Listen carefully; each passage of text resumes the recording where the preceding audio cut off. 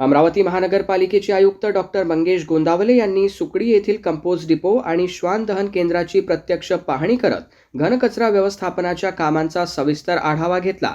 शहरातील स्वच्छता अधिक प्रभावी आणि पर्यावरणपूरक करण्यासाठी आवश्यक उपाययोजना तातडीने राबविण्याच्या सूचना त्यांनी अधिकाऱ्यांना दिल्या। पाहणी दरम्यान ओला सुका कचरा वर्गीकरण, सेंद्रिय खत निर्मिती, बायोमायनिंग, सॅनिटरी लँडफिल तसेच RDF सह विविध बायो प्रोडक्ट्सच्या विल्हेवाटीबाबत माहिती घेण्यात आली।